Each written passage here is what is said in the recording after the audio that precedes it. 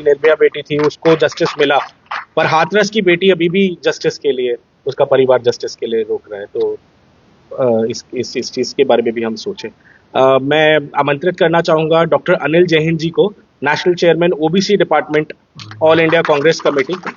अनिल जैन जी के बारे में जितना कहा जाए उतना कम है। उन्होंने जो आके कांग्रेस पार्टी में एक शूद्र मोबिलाइजेशन किया है, पूरा ओबीसी समाज को एक साथ जोड़ा है, उसके बारे में जितनी प्रशंसा की जाए उतना कम है। तो अनिल जैन जी, ओवर टू यू सर। धन्यवाद तरुण जी।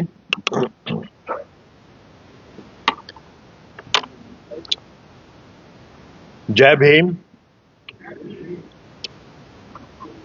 हमारे आज के इस संविधान उत्सव के कर्ता धर्ता मेरे भाई एडवोकेट राजेंद्र पाल गौतम जी, जो हमारी कांग्रेस पार्टी के शेड्यूल कास्ट डिपार्टमेंट के अध्यक्ष हैं, मेरी बहन शशि रानी जी, जो दिल्ली यूनिवर्सिटी में प्रोफेसर हैं और जिनकी बड़ी आपने सारगर्भित एक, कभी मैं समझता हूं कि एक जैसे स्टूडेंट्स को लेक्चर प्रोफेसर पढ़ाते हैं उस तरह से उन्होंने ज्ञान दिया आज हमें। और हमारे साथ बैठे संजय नीरज जी, और मैं इस सभा में देख रहा हूं काफी लोगों को पहचान भी रहा हूं मैं। आप सब संविधान के लिए लड़ने वाले सामाजिक न्याय के योद्धाओं, आप सबको मेरा फिर से जय भीम। साथियों, हमारे देश में जिस तरह की व्यवस्था चली हजारों सालों तक, और फिर ये संविधान आया, ये एक लंबी कहानी है। और जिस तरह से लगातार हमारे देश में सामाजिक अन्याय होता रहा, जो सामाजिक व्यवस्था थी उससे चलते हमारे एडवोकेट राजेंद्र पाल गौतम जी उसके खिलाफ लगातार बचपन से ही संघर्ष कर रहे हैं। मेरा ख्याल 14-15 साल की उम्र रही होगी गौतम जी आपकी, 14 साल की, जब से आपने इस आंदोलन को शुरू किया। और वो एक यात्रा है, और वो यात्रा वही है।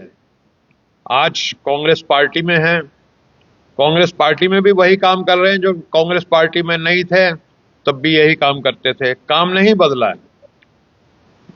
मेरा भी सौभाग्य है कि गौतम जी के साथ बरसों से मैंने सामाजिक न्याय के आंदोलन में काम किया।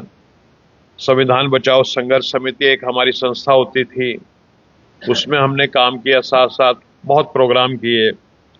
और फिर जब राहुल जी भारत जोड़ो यात्रा के बाद जोर शोर से कांग्रेस पार्टी ने, भारत जोड़ो यात्रा के बाद राहुल गांधी जी ने, जिनको हम न्याय योद्धा कहते हैं, सामाजिक न्याय की इतनी बात उठानी शुरू की, तो मेरा और गौतम जी का उनसे थोड़ा आकर्षण हो गया। और फिर गौतम जी के साथ मिलकर के हमने पूरे देश में बहुत सारे इसी संविधान को लेकर के संविधान सम्मेलन किए। और उन संविधान सम्मेलन में लगातार राहुल गांधी जी, चाहे वो कितने भी बिजी रहे हो अपने राजनीतिक कार्यक्रमों में, उन्होंने हमेशा हमें समय दिया।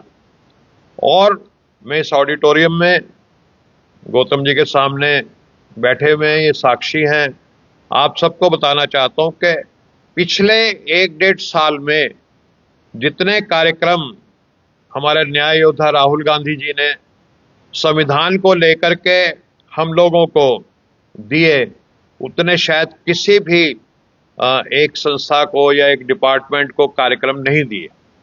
इससे पता लगता है कि न्याय योद्धा राहुल गांधी जी की जो कमिटमेंट है संविधान के प्रति, वो कितनी ज्यादा है। तो मैं भी एक ओबीसी से जाति से बिलोंग करता हूं, और अगर संविधान ये नहीं होता तो मेरे दादा क्या करते थे? मेरे दादा तो गाय भैंस पालते थे, सुबह 4 बजे उठ जाते थे और सुबह 4 बजे से लेकर के रात को 9-10 बजे तक काम करते थे, और दिन भर गोबर और जो पशुओं का जो मलमूत्र होता है उसमें लथपथ रहते थे। कोई छुट्टी नहीं होती थी हफ्ते में, कोई संडे सैटरडे भी नहीं होता था। ठीक है, लेकिन समय बदला, संविधान आया, या अगर हम उससे भी पीछे जाएं तो जो व्यवस्थाएं बनी, जो मैकॉले जब इस देश में आए और उन्होंने एक व्यवस्था बनाई कि संविधान के कानून के सामने सब बराबर हैं, उन चीजों के चलते मेरे पिता टीचर बन गए, मैं डॉक्टर बन गया और मेरी बेटी आज अमेरिका में जेनेटिक मेडिसिन की दुनिया की टॉप 10 डॉक्टरों में मानी जाती है। अब हम ताली भी बजा रहे हैं इस बात को, लेकिन कल्पना कीजिए अगर ये संविधान नहीं होता तो मैं आपको दावे के साथ कहता हूं कि मैं अपने गांव में कहीं किसी जोहड़ के किनारे, तालाब के किनारे गाय भैंस चरा रहा होता और मेरी बेटी भी कहीं ना कहीं वो जो गोबर होता है पशुओं का उसको थाप रही होती, उपले बना रही होती। तो ये है हमारा संविधान। हमारी जो आज की जनरेशन है वो इस चीज को नहीं समझती कि इस संविधान की वजह से जो इस देश के दलित हैं, ओबीसी हैं, आदिवासी हैं, उनके जीवन में कितना बड़ा परिवर्तन हुआ है इसका हम अंदाजा नहीं लगा सकते, क्योंकि हम जब से पैदा हुए संविधान लागू है बाबा साहब का। हम उस पीड़ा को जो हमारे बाप दादाओं ने, हमारे पुरखों ने सही, जो अपमान सहा, जो जलालत सही, जो लाते हैं और गालियां उनको पड़ी, उनकी हम आज कल्पना भी नहीं कर सकते। तो मेरे लिए तो हम इस देश में दिवाली मनाते हैं, ठीक है, होली मनाते हैं, गुलाल एक दूसरे को लगाते हैं, लेकिन अगर मेरे से कोई पूछे तो ये संविधान दिवस से बड़ा उत्सव हमारे देश में हम कम से कम दलित पिछड़ों के लिए और दूसरा नहीं हो सकता। तो साथियों, ये संविधान की शुरुआत जैसे हमारे न्याय योद्धा राहुल गांधी जी भी कहते हैं कि वो बहुत पहले हो चुकी थी। महात्मा बुद्ध ने सबको समता का संदेश दिया, संत कबीर आए, रायदास आए, बहुत महापुरुष, हमारे शाहू जी महाराज, हमारे महात्मा फूले, बाबा साहब भीमराव अंबेडकर जी, सबने समता की बात की। और ये जो संविधान है ये उन सब महापुरुषों के जो विचार है उसका निचोड़ है इस संविधान में जो हमारे बीच में आया। थोड़ा सा मैं बैकग्राउंड में जाना चाहता हूं। कांग्रेस पार्टी 140 साल पुरानी पार्टी है और लगातार वो प्रगतिशील और वैज्ञानिक विचारों को लेकर के चली। 31 मार्च 1931 ये तारीख है जो हमारे लिए बहुत महत्वपूर्ण है। कराची में अधिवेशन हो रहा था कांग्रेस पार्टी का और सभी प्रगतिशील जो लोग थे उसमें, जो मानव मानव एक समान के सिद्धांत में विश्वास करते थे, उन्होंने प्रस्ताव पास किया कि ये देश जब भी आजाद होगा इस देश में सभी लोगों को, सभी नागरिकों को बराबर का, समता का दर्जा दिया जाएगा, चाहे वो किसी भी जाति के हों, चाहे किसी भी धर्म के हों, चाहे किसी भी क्षेत्र के हों, अनपढ़ हों, पढ़े लिखे हों, पैसे वाले हों, निर्धन हों, सबको।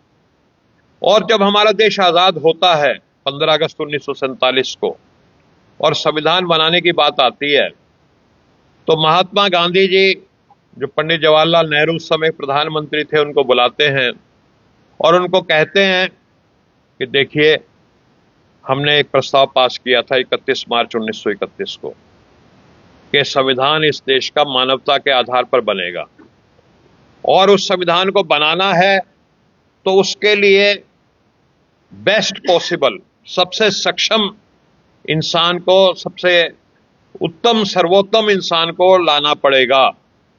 और महात्मा गांधी जी इस बात को कहते हैं नेहरू जी को कि बाबा साहब भीमराव अंबेडकर जी से बढ़ करके कोई व्यक्ति नहीं हो सकता जो वो हमारे जो स्वतंत्रता सेनानियों के सपनों का संविधान था उसको बना सके।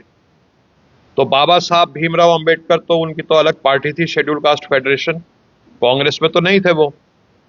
तो उनसे अनुरोध किया जाता है कि इस बहुत बड़ी जो देश के लिए सबसे बड़ी जिम्मेवारी का काम है उसको आप कीजिए।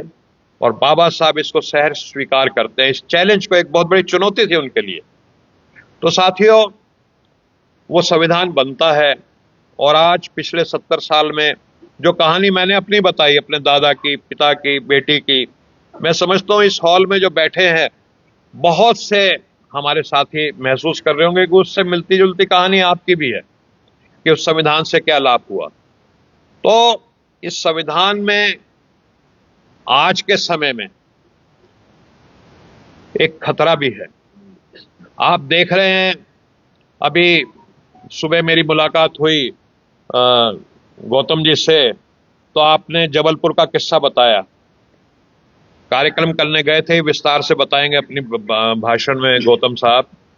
तो दलितों पिछड़ों ने ही संविधान का विरोध कर दिया जबलपुर में, जिसकी वजह से उनको बराबरी का दर्जा मिला। एक वो बाबा बागेश्वर घूम रहे हैं इस देश में। एक पहले आपने सुना होगा, एक भिंडन वाला आया था जो कहता था खालिस्तान बनाऊंगा। एक बाबा बागेश्वर घूम रहे हैं जो कह रहा है मैं हिंदू राष्ट्र बनाऊंगा। और वो व्यक्ति ऐसा है जो उसका आचरण और जो उसकी बातें हमने देखी हैं, वो जातिवाद में विश्वास करता है। वो कहता दूर से बात करो, मैं इसको छूना मत, तुम अछूत हो, या तुम मुझसे दूर रहो, तुम तो यादव जाति के हो। ऐसी हमने उसकी कई वीडियोस देखी हैं। वो आदमी एक बार भी उसने मनुस्मृति की भर्त्सना नहीं की, लेकिन क्योंकि एक धर्म एक अफीम होती है, तो बहुत सारे हमारे दलित और पिछड़े भाई भी जो है उसकी यात्रा में शामिल हो रहे हैं। और ये बहुत बड़ी, जिसको कहते हैं सुनियोजित षड्यंत्र है। अभी हमारे देश के प्रधानमंत्री मोदी जी 18 नवंबर को एक जगह भाषण दे रहे थे, और वो क्या था कि जो इंडियन एक्सप्रेस के रामनाथ गोयंका साहब जो थे, उनका लेक्चर हो रहा था। और उस लेक्चर में उन्होंने कहा कि हमारे देश में मैकाले की मानसिकता है, यानी विदेशी सोच है। तो मैं सिर्फ इतना बात अपने, क्योंकि हम यहाँ परिवार के लोग बैठे हुए हैं, अपने परिवार के सदस्यों के साथ एक बात कहना चाहता हूं कि मैकाले जो है उसका एक बहुत बड़ा योगदान है हमारे दलितों और पिछड़ों की जिंदगी में। क्योंकि मैकाले ही वो व्यक्ति था जिसने यूनिफॉर्म क्रिमिनल पेनल कोड की बात की। उससे पहले जो था इस देश में, या तो मनुस्मृति के आधार पे कानून चलते थे या इस्लामिक कानून चलते थे। और मान लीजिए एक ऊंची जात के व्यक्ति ने किसी दूसरी जात के, जिसको उस समय जो जाति व्यवस्था होती थी, अगर बलात्कार भी कर दिया तो उसको कोई सजा नहीं होती थी। ज्यादा से ज्यादा उसको एक आधा था, तेरे को एक दिन का उपवास रखना पड़ेगा, पश्चाताप करना पड़ेगा, एक दिन खाना नहीं खाना। और अगर कोई शूद्र या अछूत व्यक्ति इस तरह का कोई कुकर्म कर देता था तो उसकी गर्दन काट दी जाती थी, यानी जाति देख करके सजा दी जाती थी। मैकाले ने दो काम किए। एक तो कह दिया कि कानून के सामने सब बराबर हैं। उसका सबसे ज्यादा लाभ हमारे दलित पिछड़ों को, आदिवासियों को मिला। दूसरा, उसने शिक्षा के द्वार सबके लिए खोल दिए, जिससे हमें आगे बढ़ने का मौका मिला। तो उस मैकाले के खिलाफ अगर मोदी बोलते हैं तो हमें सशंकित हो जाना चाहिए कि कुछ ना कुछ आज भी ऐसी कोई योजना चल रही है जो फिर से मनुस्मृति लागू करने की कोशिश कर रही हैं। ऐसी ताकतें आज भी जिंदा हैं, क्योंकि बाबा साहब ने 26 नवंबर 1949 को जब देश को ये संविधान समर्पित किया, जो 2 महीने बाद लागू हुआ, तो 3-4 दिन के बाद आरएसएस का एक अखबार जो उस समय ऑर्गेनाइजर के नाम से छपता था, उसमें एडिटोरियल लिखा गया, और शायद गुरु गोलवारकर नाम के व्यक्ति थे जो उसको चलाते थे। उसमें लिखा कि ये संविधान को हम नहीं मानते, और इसलिए नहीं मानते क्योंकि इस संविधान में मनुस्मृति के जो विचार हैं वो इस संविधान में बाबा साहब ने नहीं डाले। और लगातार उसके बाद देखा आपने कि संविधान को फाड़ने और जलाने की, अब 2-3 दिन पहले जबलपुर में भी गौतम साहब ने मेरे को बताया कि घटनाएं हुई। तो लगातार संविधान के ऊपर हमले हो रहे हैं, और इस संविधान की सुरक्षा हमें आपको जागरूक होकर के करनी पड़ेगी, और इस जागृति को बढ़ाना पड़ेगा। क्योंकि अगर फिर से मनुस्मृति लागू हो गई तो मैं दावे के साथ कहता हूं, मेरी दूसरी तीसरी पीढ़ी आने वाली जो होगी वो फिर से गोबर में लथपथ आपको नजर आएगी। तो हमें इस संविधान को सुरक्षित रखना है, चाहे इसके लिए हमें जान की बाजी क्यों ना लगानी पड़े, हम जान की बाजी लगाएंगे इसके लिए। इसको सुरक्षित रखेंगे। तो ज्यादा तो मैं क्या कहूंगा कि आप सब प्रबुद्ध व्यक्ति हैं, आपने मुझे सुना और गौतम जी ने मुझे बोलने का मौका दिया। आपका बहुत बहुत धन्यवाद। जय संविधान, जय हिंद।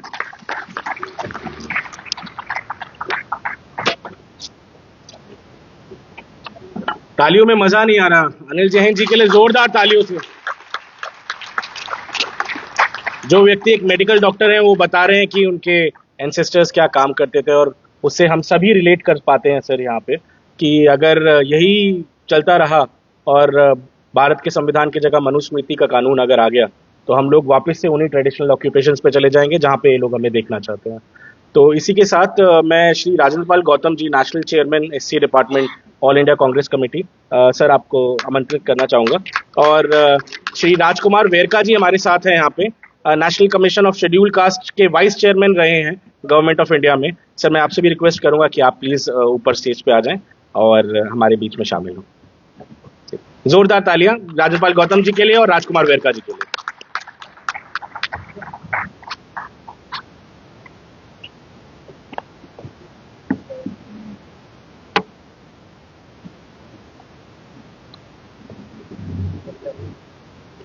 सबसे पहले भारत के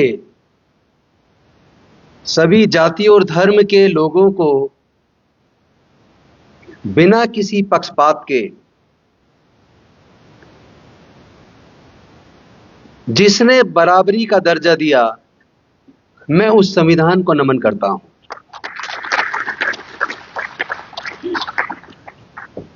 और वो बराबरी की सोच जिस जिल्लत भरी जिंदगी से सबक लेकर संविधान के निर्माण करने वाले डॉक्टर बाबा साहेब अम्बेडकर को मिली, मैं उस डॉक्टर बाबा साहेब अम्बेडकर को नमन करता हूं। और मैं देश के उन सब लोगों को नमन करता हूं जिन लोगों ने देश के कोने कोने से चुन चुनकर काबिल लोगों को संविधान सभा में चुनकर भेजा। और मैं इस देश के स्वतंत्रता सेनानियों और संविधान निर्माताओं को नमन करता हूं। सभी देश के महापुरुषों के चरणों में नमन करता हूं। मंच पे आसीन एआईसीसी के ओबीसी डिपार्टमेंट के चेयरमैन भाई अनिल जैन जी, हमारे एआईसीसी एससी डिपार्टमेंट के नेशनल कोऑर्डिनेटर और पूर्व अनुसूचित जाति राष्ट्रीय आयोग के मेंबर वेरका जी, दिल्ली यूनिवर्सिटी की सोशल वेलफेयर डिपार्टमेंट की प्रोफेसर शशि रानी देव जी,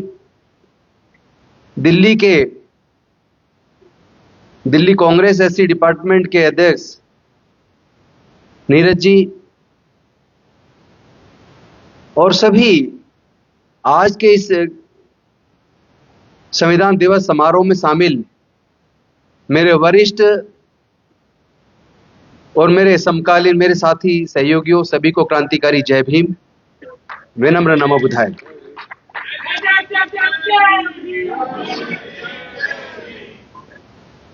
आज सबसे पहले तो मैं आप सभी को संविधान दिवस की शुभकामनाएं देता हूं,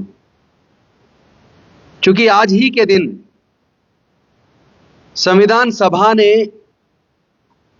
डॉक्टर बाबा साहेब अम्बेडकर जी व संविधान सभा द्वारा बनाए गए संविधान को अंगीकार और आत्मार्पित किया था।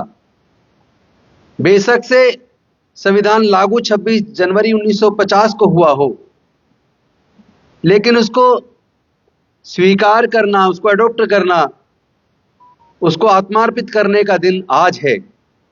इसीलिए हम 26 नवंबर को संविधान दिवस के रूप में मनाते हैं और मैं आज थोड़ा भावुक महसूस कर रहा हूं। और भावुकता का कारण है, कारण यह है कि जब मैं छोटा था, छुट्टियों के दिनों में अपने गांव जाता था, तो गांव में हमारे घर से कोई 50 मीटर की दूरी पर एक कुआं था। और जब उस कुएं की तरफ हम चलते थे तो स्वर्ण जाति के लोग कहते थे कि इस कुएं पर मत चढ़ना, ये कुआं अपवित्र हो जाएगा, तुम्हारा कुआं उधर है। तो छोटी सी उम्र में यह आभास हुआ कि ये जाति के हिसाब से कुएं क्यों, ये जाति के हिसाब से देश में बस्तियां क्यों, ये जाति के आधार पर उत्पीड़न क्यों। और दूसरा, मन को आघात उस दिन पहुंचा जब 19 अप्रैल 1979 को मैं 6th क्लास का छात्र था और मेरी बड़ी बहन की शादी थी। बारात बड़ी धूमधाम से निकल रही थी और जब बारात स्वर्ण जाति के घरों के सामने से गुजरी तो स्वर्णों ने बारातियों को कहा कि आप यहां नहीं नाचोगे, यहां से आगे जाओ। और इस बात पर वहां विवाद हुआ, बारात पर बहुत बड़ा हमला हुआ, अनेकों लोग घायल हुए, दूसरे पक्ष के लोग भी घायल हुए। सीआरपीएफ के जवान, कम से कम 40 जवान 2 महीने तक हमारे घर और उसके आसपास पहरा देते रहे। सोच के देखो, 6ठी क्लास का एक बच्चा, और वो अपनी बड़ी बहन की शादी वाले दिन भी स्कूल गया हो और शाम को उसके खुद की बहन की शादी पे, बारात पे इस तरह हमला हुआ हो, तो एक वो उम्र एक कोमल मन वाली उम्र होती है, उसके ऊपर क्या प्रभाव पड़ेगा। वो प्रभाव मुझे लगता है भारत के कोने कोने में हमारे समाज के लोगों के ऊपर है, चाहे वो अनुसूचित जनजाति समाज से हो, चाहे वो अनुसूचित जाति समाज से हो, चाहे वो पिछड़े वर्गों से हो, चाहे जिनके पूर्वज शूद्र या अछूत थे, आदिवासी थे, उन्होंने सिख धर्म अपना लिया हो या मुस्लिम धर्म अपना लिया हो या क्रिश्चियन धर्म अपना लिया हो, लेकिन छुआछूत ने और पक्षपात ने उनका पीछा नहीं छोड़ा।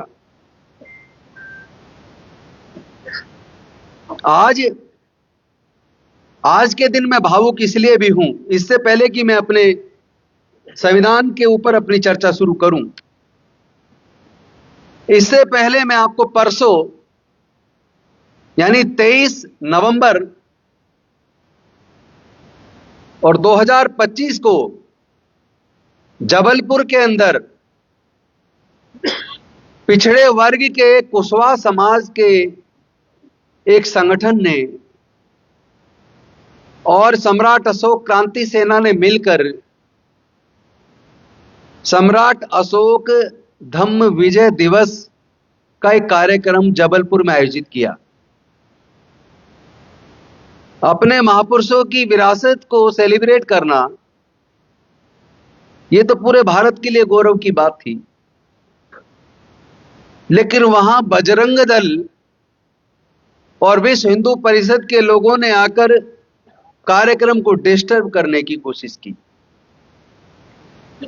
और उन्होंने यहां तक किया कि वहां जो व्यक्ति स्टॉल लगाकर किताब बेच रहा था, वहां से संविधान को उठा के फाड़ दिया।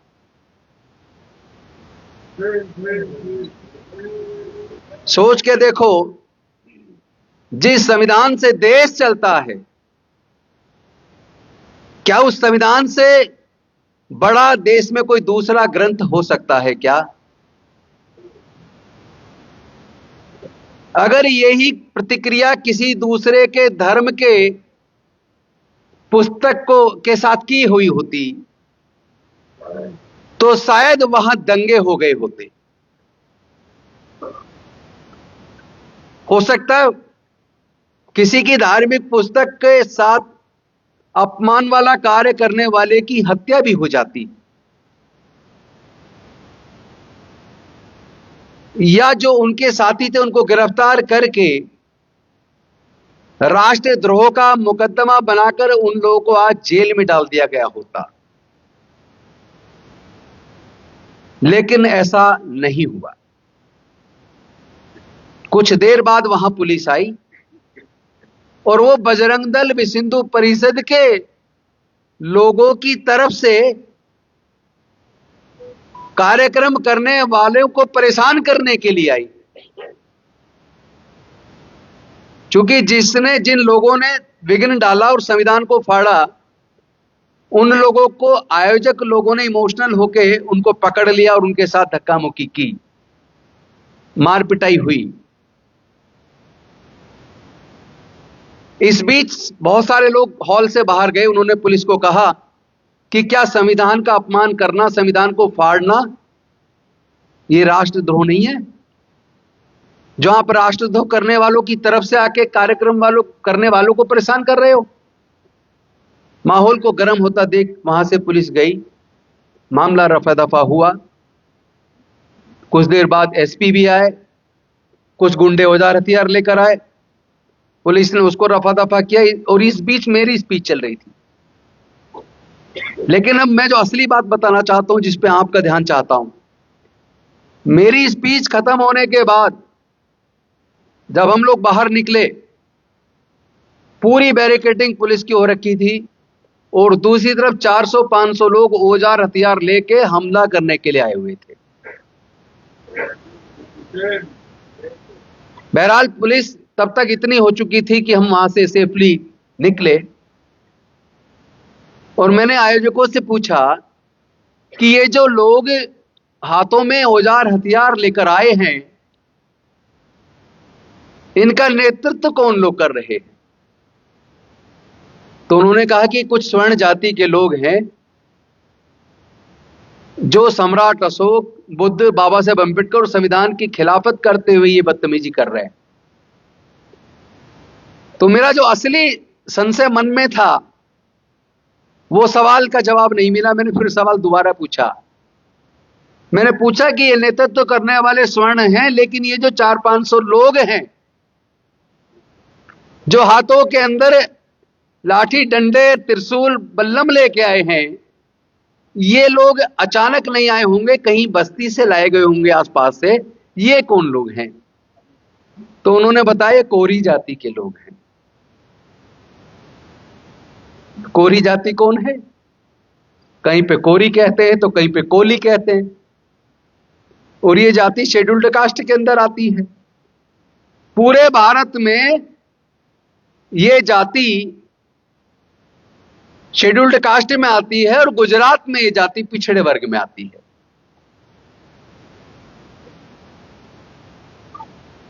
तो जिन लोगों ने हथियार औजार लेके हमला करने के लिए जो लोग आए थे, उन लोगों को आज भी यह नहीं पता कि आप इस लायक भी बने हो कि औजार हथियार लेकर चले आओ। ये भी इसी संविधान से आपको ताकत मिली।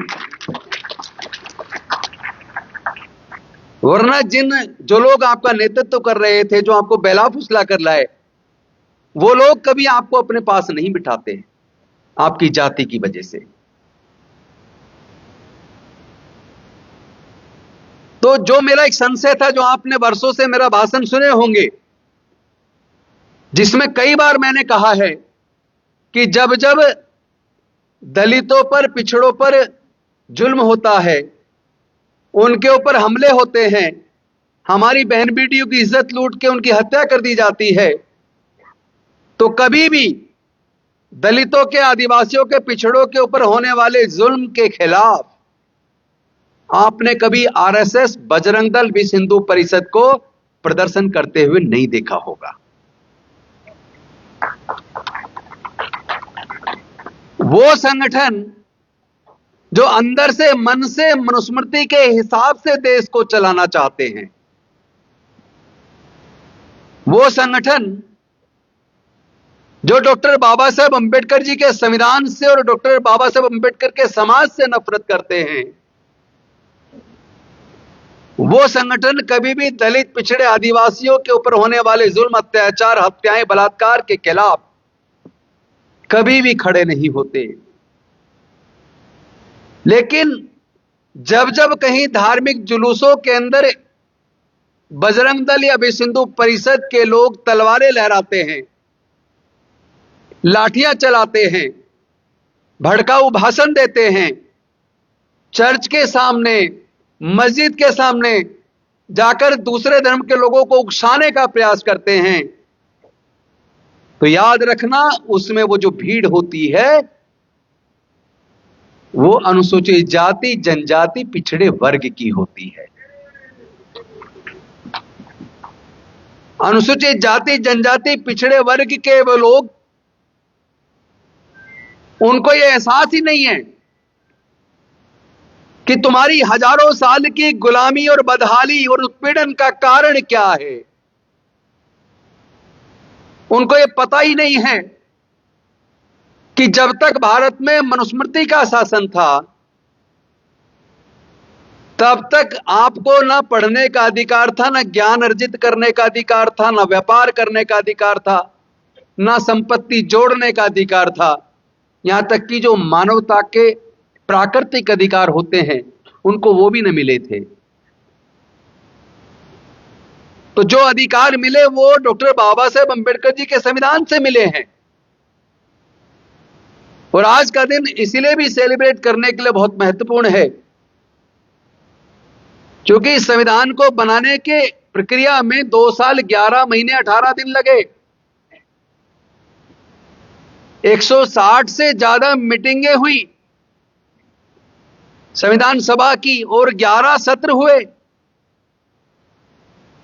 गहन चिंतन मनन के बाद और जो ड्राफ्टिंग कमेटी के चेयरमैन डॉक्टर बाबा साहेब अंबेडकर जी ने जो संविधान का ड्राफ्ट तैयार किया,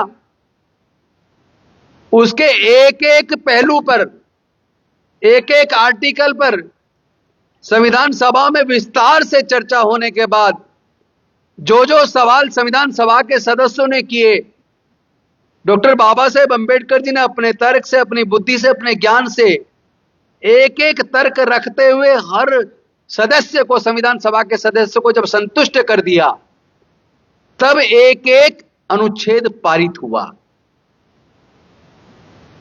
तो ये जो संविधान है ये केवल एक दस्तावेज नहीं है, ये भारत के लोगों की जनभावनाओं का प्रतीक है। और संविधान को आत्मार्पित तो 26 नवंबर 1949 को किया, लेकिन उससे एक दिन पहले 25 नवंबर 1949 को डॉक्टर बाबा साहेब अंबेडकर जी ने संविधान सभा को जब संविधान सौंपा, सौंपते हुए उन्होंने एक चिंता जाहिर की थी। और वो चिंताएं कौन कौन सी चिंताएं थी? अगर उन चिंताओं को अगर आप सुनेंगे और समझेंगे तो आपको पता लगेगा कि डॉक्टर बाबा साहेब अंबेडकर कितने दूरदर्शी थे कि अब से 76 साल पहले उनको जो संदेह था, जो डर था, उनका डर आज सच साबित हुआ। वो संदेह क्या थे? एक संदेह तो था कि देश में आजादी से पहले जैसे सविनय अवज्ञा आंदोलन छिड़ा या अंग्रेजों भारत छोड़ो आंदोलन छिड़ा या पूर्ण स्वराज की जो आंदोलन चला, वो आंदोलन भारत की आजादी के लिए था। लेकिन आज भारत आजाद हो गया है। अब भारत का संचालन जब संविधान से होगा, उसके बाद लोगों को अराजकता फैलाने की अनुमति नहीं होगी। और जिस दिन सरकारों ने अराजकता फैलाने की छूट दे दी, उस दिन देश तबाह हो जाएगा, देश गृह युद्ध में तब्दील हो जाएगा। तो पहली चिंता तो वो थी जो आज भारत के अंदर अराजकता जिस कदर बढ़ गई है, खुलेआम जाति के आधार पर किसी के ऊपर पेशाब किया जा रहा है, किसी को मार पीट कर पेशाब पिलाया जा रहा है, किसी बहन बेटी की इज्जत लूट के उसको जलाया जा रहा है, विरोध करने पर गांव के ऊपर हमला कर दिया जाता है। ये अराजकता आज देश के संविधान और लोकतंत्र के लिए खतरा बन गई है। तो पहली जो चिंता थी डॉक्टर बाबा साहेब अंबेडकर जी की भविष्य को लेकर, वो थी अराजकता। दूसरी चिंता थी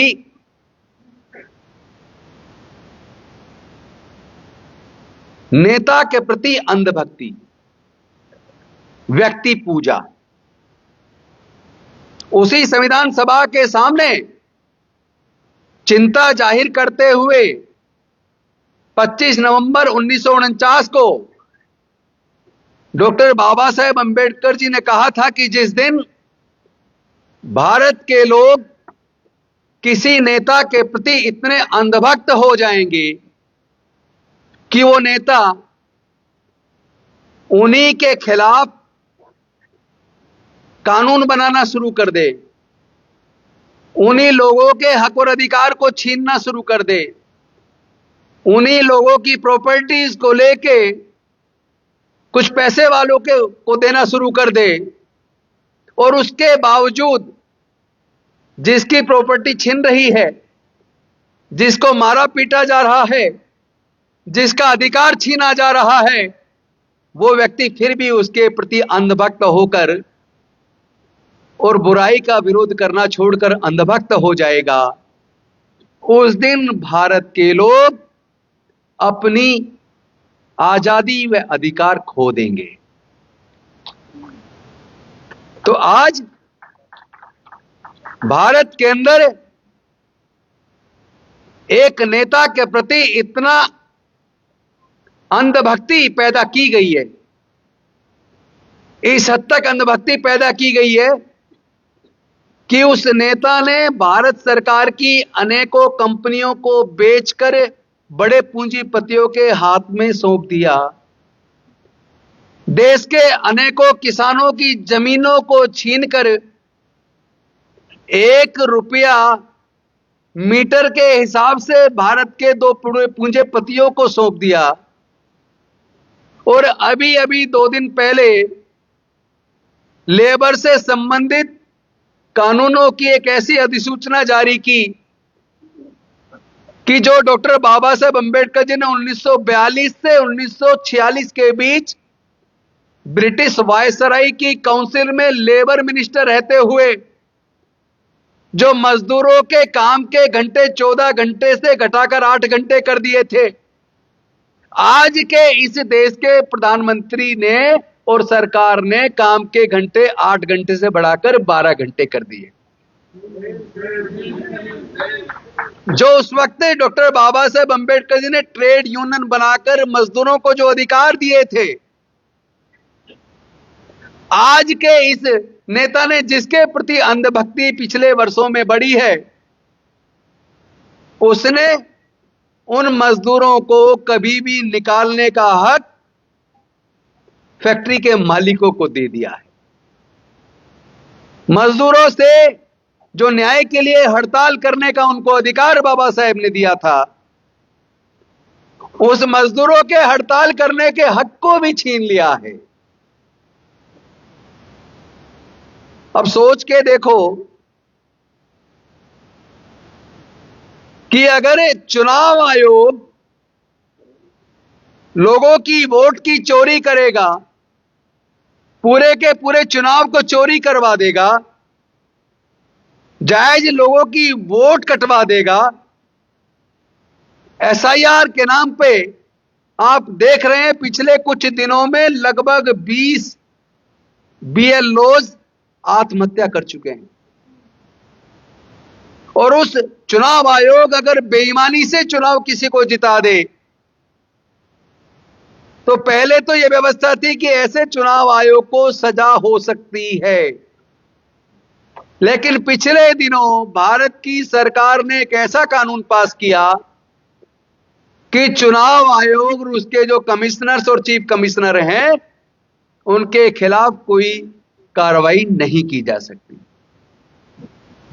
लेकिन उस नेता के प्रति अंधभक्ति इस हद तक देश में बढ़ाई गई कि लोगों के अधिकार छीनने के बावजूद उसके खिलाफ बोलने की किसी में ना तो हिम्मत है, और अगर बोलता है तो उल्टे उस पर मुकदमा बनाकर जेल में डाल दिया जाता है। अंधभक्ति इस हद तक बढ़ा दी। आपने सबने देखा होगा, जंतर मंतर पर कई संगठनों ने तो साल साल तक लगातार प्रदर्शन किए। लोगों के पास इस संविधान ने, इस प्रजातंत्र के अंदर अन्याय के खिलाफ न्याय की मांग के लिए शांतिपूर्वक तरीके से अपने फंडामेंटल राइट का इस्तेमाल करते हुए धरने और प्रदर्शन करने की, भाषण और अभिव्यक्ति की जो आजादी दी थी, आज उसी जंतर मंतर पर जहां महीनों महीनों और साल तक प्रदर्शन चलते थे, आज वहां किसी भी संगठन को प्रदर्शन करने की इजाजत आसानी से नहीं मिलती। 3 घंटे की आजादी मिलती है। लंबे समय तक आप प्रदर्शन भी नहीं कर सकते। आप स्थायी रूप से वहां बैठ के अगर आप भूख हड़ताल करना चाहें तो अब आपको आजादी नहीं है। आपका वो फंडामेंटल राइट इसी सरकार ने खत्म किया है। इसी बात पे डॉक्टर बाबा साहब अंबेडकर जी ने जो दूसरी चिंता जाहिर की थी कि जिस दिन देश के लोग किसी नेता के प्रति इतनी अंधभक्ति करने लग जाएंगे कि वो नेता तानाशाह हो जाए और लोगों के ही अधिकार छीनने लगे, लोगों का ही उत्पीड़न करने लगे, संविधान के खिलाफ काम करने लगे, उसके बाद भी लोग उसी की भक्ति करते रहे, उस दिन लोग अपनी आजादी खो देंगे। ये दूसरी चिंता 25 नवंबर 1949 को डॉक्टर बाबा साहब अंबेडकर ने की थी। और तीसरी चिंता उन्होंने यह की थी कि जिस दिन भारत के लोग धर्म को देश से ऊपर मान लेंगे, जिस दिन भारत के लोग धर्म को देश से ऊपर मान लेंगे, उस दिन भारत जो लंबे संघर्ष से जो आजादी प्राप्त किया था, उस दिन भारत अपनी आजादी खो देगा। आज डॉक्टर बाबा साहेब अंबेडकर जी की वो सारी चिंताएं सच साबित हुई। और सच इसलिए साबित हुई, शायद आप लोग भी उतना नहीं सोचते होंगे। आप सोचते होंगे कि यहां बीजेपी जीत गई और यहां कांग्रेस हार गई, या यहां बीजेपी जीत गई, यहां समाजवादी पार्टी हार गई। तो आप गलत सोच रहे हैं।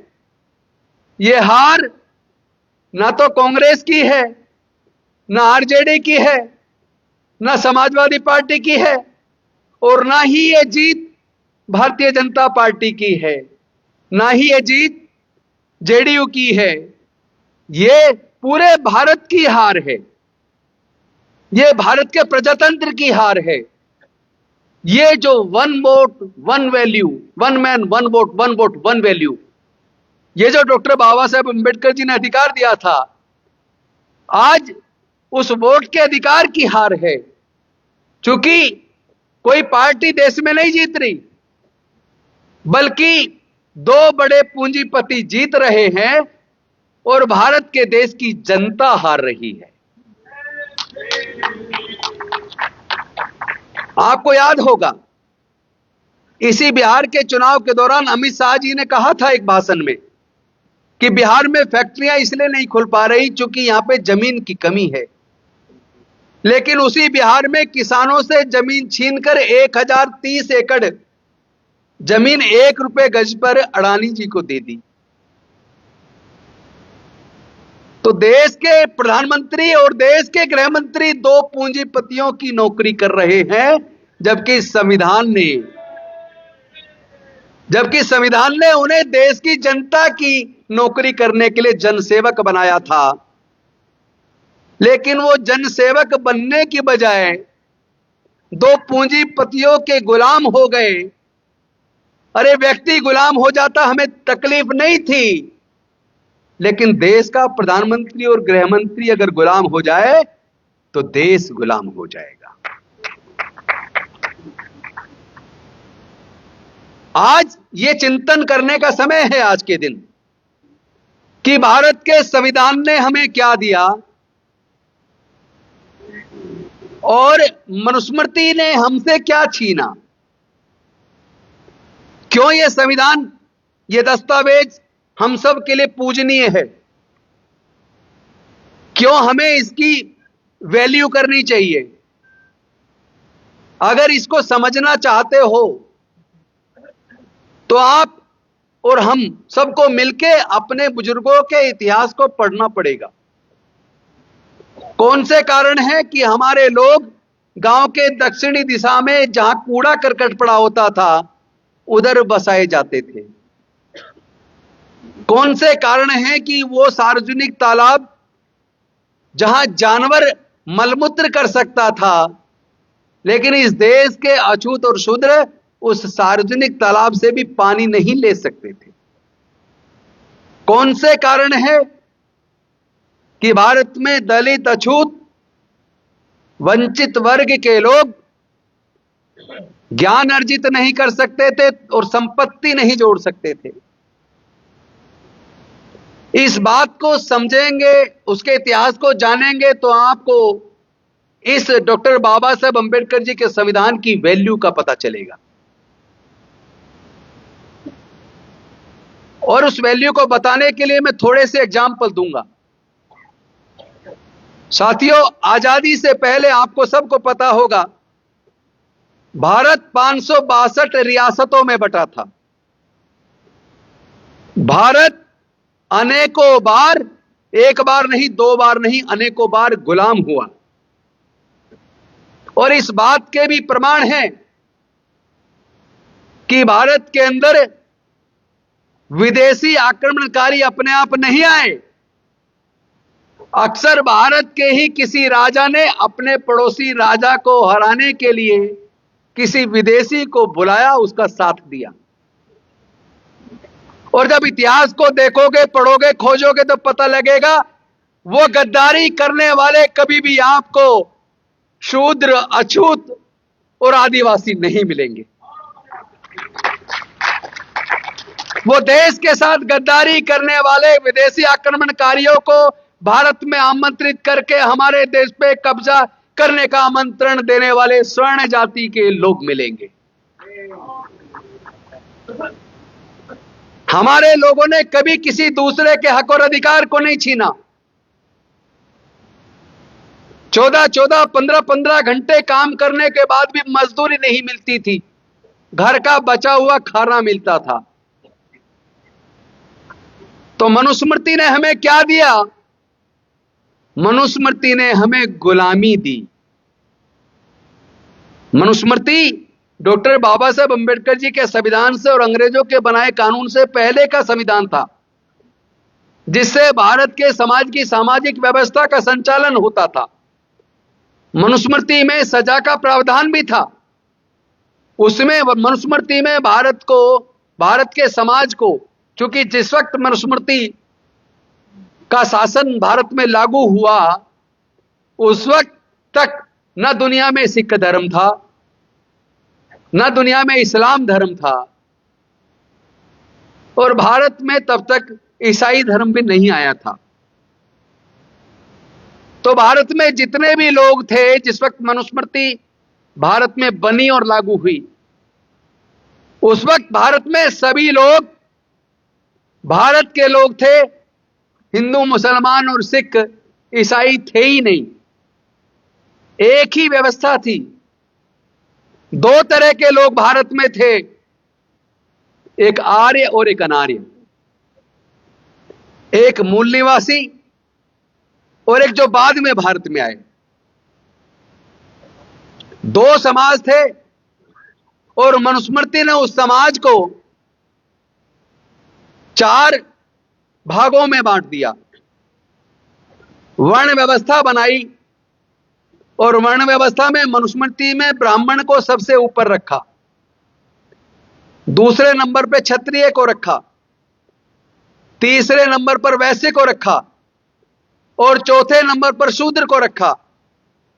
लेकिन जो भारत का मूल निवासी था इनिशियल, उसको चारों वर्णों से बाहर अवर्ण, पंचम तो कहीं अछूत, कहीं अस्पृश्य, इस रूप में रखा।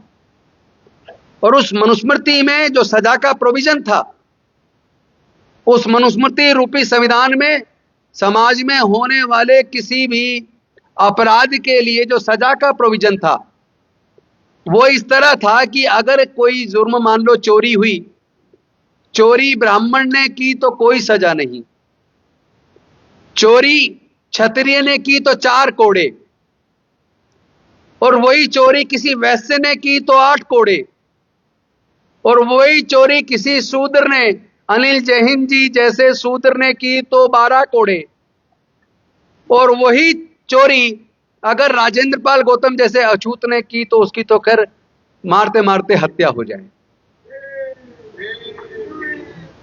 तो उस मनुस्मृति ने आपको क्या दिया? गुलामी दी, उत्पीड़न दिया, अपमान दिया, जिल्लत की जिंदगी दी। लेकिन जब डॉक्टर बाबा साहब अंबेडकर का संविधान आया, तो उस संविधान ने आपको और हमको सबको क्या दिया?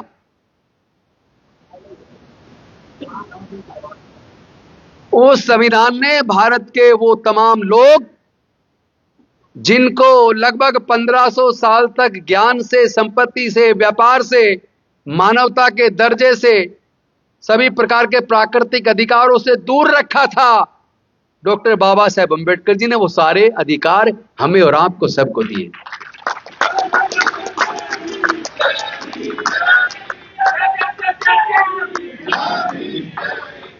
उस संविधान ने हमें यह दिया कि हम, हमारे समाज के लोग, दलित, अछूत, पिछड़े, वंचित वर्ग के लोग, जो कभी इतने शानदार हॉल में बैठकर भाषण नहीं दे सकते थे, और ये अधिकार भी हमें उसी संविधान ने दिया।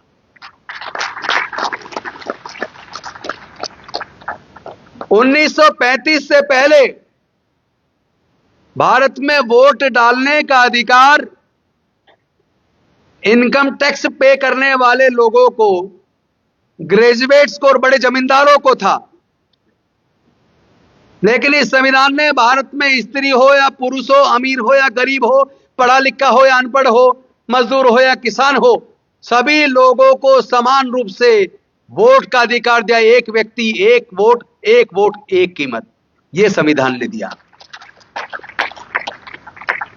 भारत जिसमें सैकड़ों रियासतें थी, अनेकों इंडिपेंडेंट राज्य थे, एक दूसरे पर हमला करते रहते थे, एक दूसरे से लड़ते रहते थे, भारत कभी एक राष्ट्र के रूप में निर्मित नहीं था। उस संविधान ने भारत को, उस भारत को जो विविधताओं का देश था, जहां पे 6743 जातियां हैं, जहां पे अनेकों धर्म हैं, अनेकों भाषाएं हैं, अनेकों संस्कृतियां हैं, उस विविधता भरे भारत, जो भारत टुकड़ों टुकड़ों में बटा था, इस संविधान ने भारत को एक एकीकृत, मजबूत, सशक्त राष्ट्र के रूप में निर्मित किया। यह संविधान ने दिया। इस संविधान ने शिक्षण संस्थानों में इस देश के उन वर्गों को जो शिक्षा से वंचित थे, उनके लिए सीटें निर्धारित की, सरकारी नौकरियों में सीटें निर्धारित की, लोकसभा और राज्य की विधानसभाओं में सीटें निर्धारित की। तो उस मनुस्मृति रूपी संविधान ने हमें गुलाम बनाया, उत्पीड़न दिया, और इस डॉक्टर बाबा साहेब अंबेडकर के संविधान ने हमें जज बनाया, डॉक्टर बनाया, इंजीनियर बनाया, वकील बनाया, प्रोफेसर बनाया, साइंटिस्ट बनाया, एमएलए बनाया, सांसद बनाया, मंत्री बनाया, मुख्यमंत्री बनाया, राष्ट्रपति बनाया, देश के मुख्य न्यायाधीश 2-2 बनाए, देश के 2-2 राष्ट्रपति दलित बनाए, देश की एक राष्ट्रपति आदिवासी बनाई। अब ये समझ लीजिए, 2 में से एक को चुनना है। देश की सरकार, देश के प्रधानमंत्री और गृह मंत्री के नेतृत्व में उसी संविधान को, जिसकी शपथ लेकर प्रधानमंत्री और गृह मंत्री बने थे, उसी संविधान को देश के प्रधानमंत्री और गृह मंत्री धीरे धीरे नोच रहे हैं। जो अधिकार डॉक्टर बाबा साहब अंबेडकर जी ने संविधान से दिए थे, उन्हीं अधिकारों को देश के प्रधानमंत्री लगातार छीन रहे हैं। लोग कह रहे हैं कि ये जो 2024 का लोकसभा चुनाव हुआ, उसमें बीजेपी और कुछ बड़े न्यूज चैनल एक झूठ फैला रहे हैं, भ्रम फैला रहे हैं। वो कह रहे हैं कि इस चुनाव में बीजेपी पूर्ण बहुमत से वंचित इसलिए रह गई कि एक झूठा नैरेटिव चलाया कि देश का संविधान खतरे में है। लेकिन मैं एग्जाम्पल के साथ बताऊंगा कि देश का संविधान वास्तव में खतरे में है। वो नैरेटिव नहीं था। उसी पार्टी के अनेकों सांसदों ने, नेताओं ने, मंत्रियों ने अपनी सभाओं में, भाषण में कहा था, अब की बार 400 पार, हमें संविधान बदलना है। ये सच है या नहीं है? ये तो धन्यवाद करो इस देश के मानवतावादी लोगों को, इस देश के संविधान के मानने वाले लोगों को, इस देश के दलित, पिछड़े, आदिवासी, वंचित, अल्पसंख्यक समाज के लोगों को, जिन सब लोगों ने मिलकर संविधान को बचाने का काम किया और बीजेपी को पूर्ण बहुमत से रोक दिया।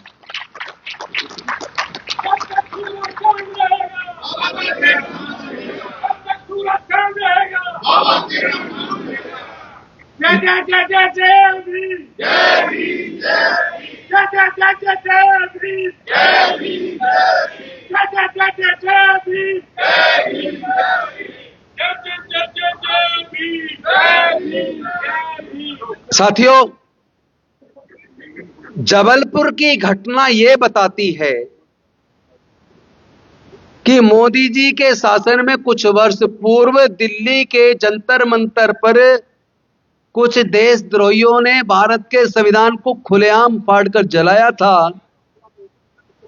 और मध्य प्रदेश के जबलपुर के अंदर डॉक्टर बाबा साहेब का नहीं बल्कि पूरे देश के संविधान को उन्हीं मनुवादियों ने फाड़ दिया।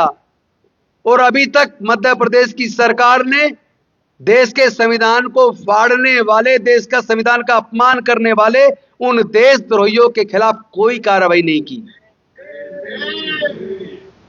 तो आप बताइए, देश खतरे में है कि नहीं है? मजदूरों से हड़ताल का अधिकार छीन लेना, क्या यह देश के संविधान पर हमला नहीं है? देश के लोगों के freedom of speech and expression के अधिकार को छीन लेना, क्या यह देश के संविधान पर हमला नहीं है? संविधान ने चुनाव आयोग को एक जिम्मेदारी दी है महत्वपूर्ण, कि चुनाव आयोग का यह संवैधानिक दायित्व है कि वो फ्री, फेयर एंड ट्रांसपेरेंट चुनाव करवाए। वोट डालने वाले वोटर को यह भरोसा दे कि वो जिसको चुनना चाहता है, जिसको वोट दे रहा है, उसका वोट वहीं पे जा रहा है। मैं आप सबसे पूछना चाहता हूं, क्या भारत के लोगों को अब यह भरोसा है कि भारत में चुनाव निष्पक्ष हो रहा है? क्या भारत के लोगों को इस बात पे भरोसा है कि वो जिसको वोट दे रहे हैं उनका वोट उसी को जा रहा है? ये जो ईवीएम है, इसके अंदर दो चीजें बहुत महत्वपूर्ण हैं और उन दो चीजों के बिना कोई चोरी संभव नहीं है। एक है टाइम क्लॉक, मशीन के अंदर क्लॉक लगाए, और दूसरा है micro controller chip. Micro controller chip एक ऐसा डिवाइस है जिसमें वो पूरा डाटा फीड किया जाता है, जिसमें सिंबल अपलोड किए जाते हैं, कैंडिडेट फाइल अपलोड की जाती है। ये प्रोग्रामिंग जो की जाती है वो माइक्रो कंट्रोलर चिप में प्रोग्रामिंग की जाती है। ये जो कैलकुलेटर होता है, कैलकुलेटर में ऐसा फिक्स किया जाता है प्रोग्रामिंग की 2 + 2 × 4, यानी 2 × 2 = 4। आप कैलकुलेटर में 2 और 2 की गुना करोगे तो रिजल्ट 4 आएगा। लेकिन उसी कैलकुलेटर में अगर ये प्रोग्रामिंग कर दी जाए कंप्यूटर इंजीनियर के द्वारा कि 2 × 2 करने पर 5 आए, तो मैं आपसे पूछना चाहता हूं 5 आएगा या नहीं आएगा? 2 और 2 4 होते हैं। ये कैलकुलेटर के अंदर प्रोग्रामिंग किसी इंजीनियर ने की है, तो वही इंजीनियर अगर उसमें प्रोग्रामिंग ये कर दे कि 2 × 2 = 5, तो 5 आएगा कि नहीं आएगा? लेकिन इस ईवीएम में वोट की चोरी कैसे संभव है? जब बूथ एजेंट को बुला के वोट डलवा के उनसे चेक करवाई जाती है और कहा जाता है जिसको डालिए उतनी उतनी निकले, ठीक है ना? बूथ एजेंट कहता है हाँ जी ठीक है। और फिर जिस दिन वोट पड़ती है, वोट वाले दिन भी सुबह सभी पार्टियों के जब बूथ एजेंट अंदर होते हैं, उनसे भी 10-10 वोट डलवाई जाती हैं कि वोट डाल के देख लो भाई। फिर मशीन खोल के दिखाई जाती है, जितनी जितनी डाली उतनी निकले, ठीक है? सब कहते हैं हाँ जी ठीक है। तो फिर चोरी कैसे हो रही है? एक्चुअली चोरी करने के लिए ही उसके अंदर टाइम क्लॉक लगा है। प्रोग्रामिंग करते वक्त टाइम क्लॉक की मदद से यह तय किया जाता है कि चुनाव वाले दिन कितने बजे से कितने बजे तक के बीच में आपकी वोट को स्विफ्ट करना है, रिगिंग करनी है। अब आप बताइए संभव है कि नहीं है?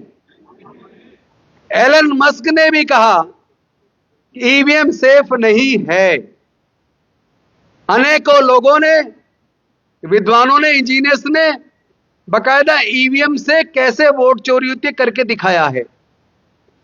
लेकिन हमारे देश का निर्वाचन आयोग, जिसकी जिम्मेदारी ही यह है कि वो फ्री, फेयर, ट्रांसपेरेंट चुनाव कराए, जिसकी जिम्मेदारी ही यह है कि वो लोगों को, वोटर को यह भरोसा दे कि वो जिसको अपना वोट दे रहे हैं वहीं उसका वोट जा रहा है।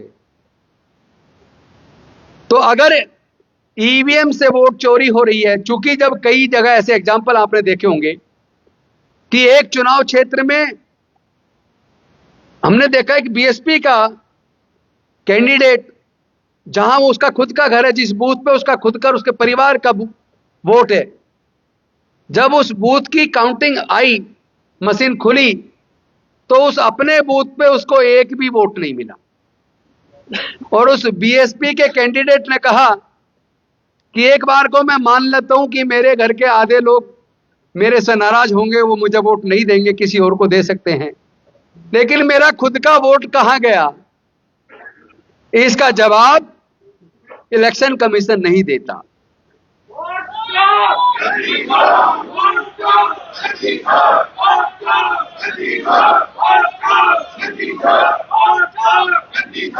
आपने अभी बिहार के चुनाव में, चुनाव होने से पहले भारत के चुनाव आयोग के मुख्य चुनाव आयुक्त ज्ञानेश कुमार जी का वो वीडियो देखा होगा, जिस वीडियो में वो कह रहे हैं सबूत कहां है, कह रहे हैं ना? और वो ये भी कह रहे हैं कि एक व्यक्ति को एक ही राज्य में चुनाव में वोट डालने का अधिकार है, 2 राज्य में वोट डालना अपराध है। तो मैं ज्ञानेश कुमार जी को सबूत दे रहा हूं। पूरे देश के लोगों ने सोशल मीडिया पे सबूत दिया। भारतीय जनता पार्टी के एक राज्यसभा के पूर्व सांसद और उनके प्रवक्ता, आरएसएस के प्रचारक, विश्लेषक राकेश सिन्हा ने दिल्ली के अंदर इसी फरवरी में वोट डाला और वोट डालते हुए इस तरह उंगली दिखाते हुए फोटो सोशल मीडिया पे डाल दिया। और फिर 6 नवंबर को प्रथम चरण में बिहार में जाके भी वोट डाल दिया, फिर भी इसी तरह दिखा के सोशल मीडिया पे डाला। तो मैं इलेक्शन कमीशन से पूछना चाहता हूं, ये सबूत काफी नहीं है क्या?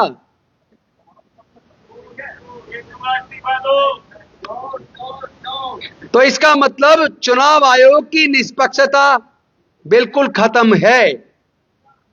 और चुनाव आयोग जो देश की सरकार को चुनने के लिए संविधान ने देश के लोगों को जो वोट का अधिकार दिया था कि अगर कोई सरकार ठीक से काम नहीं कर रही तो हम अपने वोट का इस्तेमाल करके उस सरकार को बदल दें, लेकिन चुनाव आयोग की मदद से जब वोट चोरी की जा रही है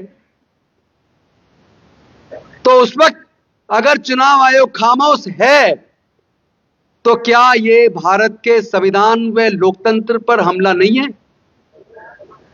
तो आज संविधान दिवस के इस समारोह में मैं आप सब साथियों से कहना चाहता हूं, आज भारत का संविधान और भारत का लोकतंत्र खतरे में है। भारत का संविधान और लोकतंत्र खतरे में है। भारत के अंदर खुलेआम संविधान को फाड़ा जा रहा है, खुलेआम भारत के संविधान को जलाया जा रहा है और फाड़ने वाले लोगों के साथ सरकार खड़ी नजर आती है। उन पे देशद्रोह का मुकदमा दर्ज करके जिनको जेल में डालना चाहिए था, उनके लिए पुलिस प्रशासन आकर शांतिपूर्वक तरीके से, संवैधानिक तरीके से संविधान का सम्मान करने का प्रोग्राम करने पर आकर प्रतिबंध लगाने का काम करती है। तो क्या भारत का संविधान सुरक्षित है? तो भारत के संविधान ने हमें वो दिया जो मनुस्मृति ने हमसे छीना था। भारत के संविधान ने हमें पढ़ने का, संपत्ति का, व्यापार का, वोट का, सरकार बनाने का, सरकार गिराने का, ये सारे अधिकार दिए और मनुस्मृति ने इन सारे अधिकारों से हमें वंचित रखा था।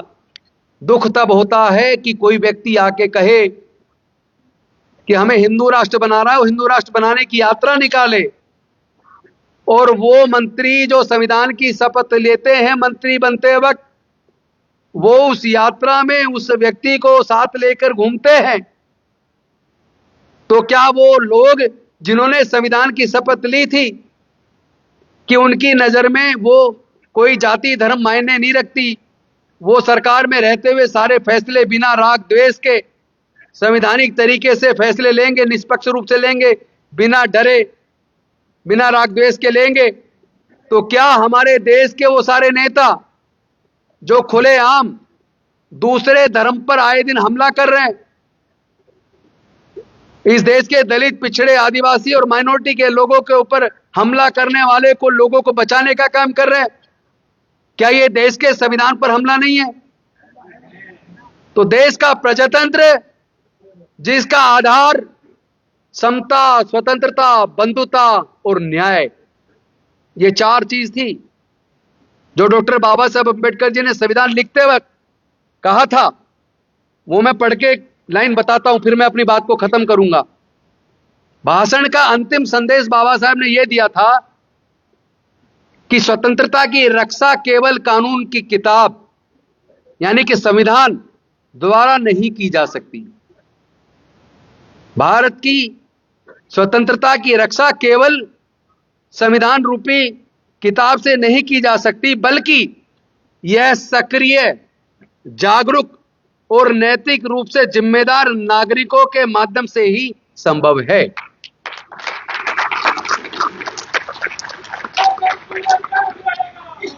लेकिन मेजॉरिटी की बात करने वाले लोग क्या सक्रिय रूप से, जागरूकता के साथ, नैतिक रूप से जिम्मेदारी निभा रहे?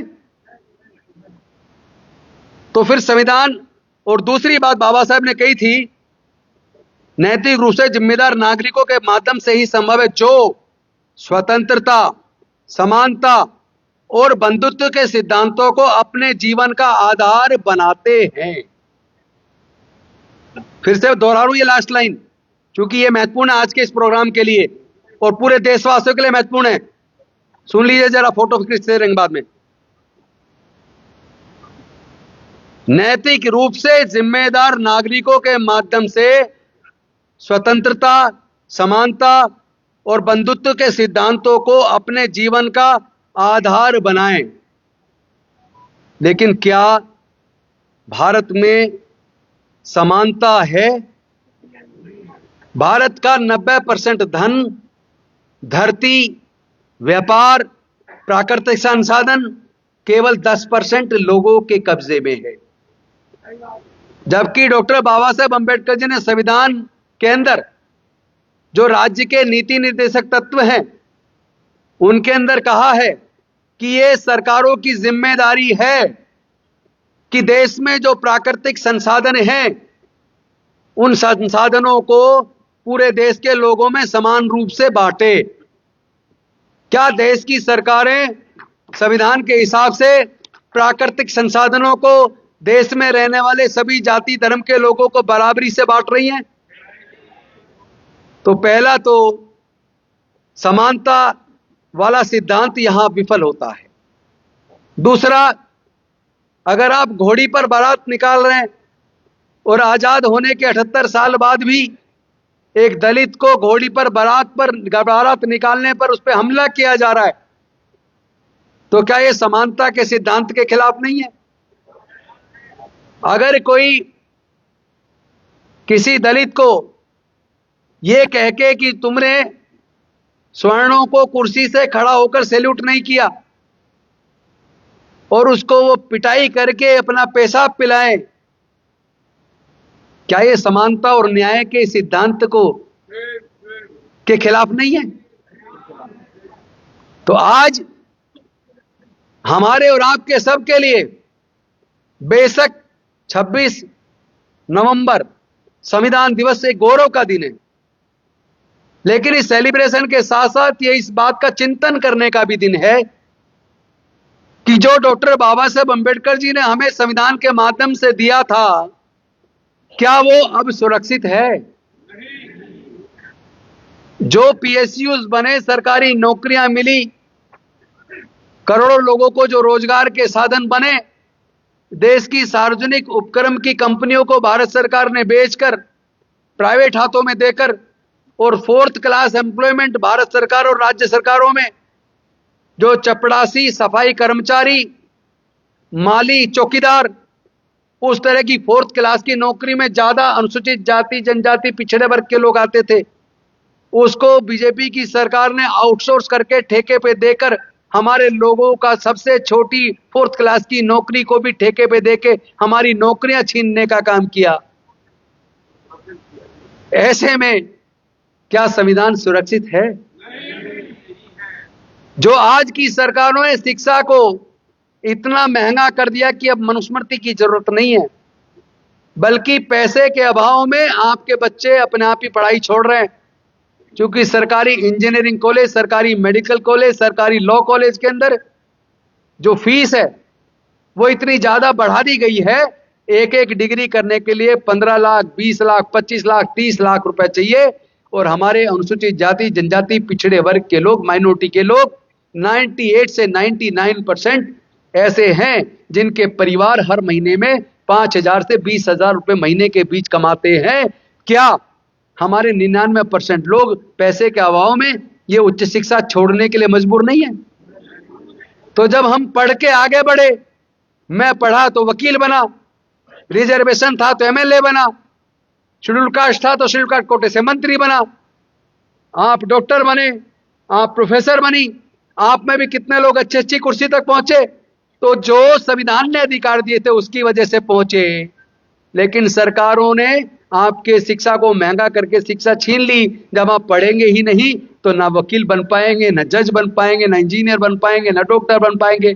पहले तो वजीफे से पढ़ लेते थे। तो आज के इस चिंतन शिविर में मैं संविधान को नमन करते हुए और संविधान दिवस पर आप सबको शुभकामनाएं व बधाई देते हुए इस बात का आग्रह करता हूं कि जिस संविधान ने हमें तमाम तरह के अधिकार देके गौरवपूर्ण जीवन जीने का मौका दिया, आज की केंद्र की सरकार ने उसी संविधान को कमजोर करके हमारे जीवन से उस उजाले को, उस तरक्की के रास्ते को बंद करके हमारे लोगों को फिर से बदहाल, गुलाम, उत्पीड़ित करने का रास्ता बना दिया है। ये दिन जागरूकता का है। हम जागरूक नहीं होंगे तो धीरे धीरे वो सारे अधिकार जो डॉक्टर बाबा साहब अंबेडकर के संविधान से हमें मिले थे, जिसकी चिंता बार बार जन नायक, न्याय योद्धा राहुल गांधी पूरे देश के कोने कोने में जाके कर रहे हैं कि संविधान खतरे में है, लोकतंत्र खतरे में है। ये कोई चुनाव के लिए शब्द बोले हुए शब्द नहीं है, ये वास्तव में देश का प्रजातंत्र और देश का लोकतंत्र खतरे में आ गया है। आप सबके बच्चों का भविष्य खतरे में आ गया है। आप सबके बच्चे फिर से गुलाम होने वाले हैं। हमें और आपको अपने बच्चों को फिर से गुलाम नहीं होने देना है।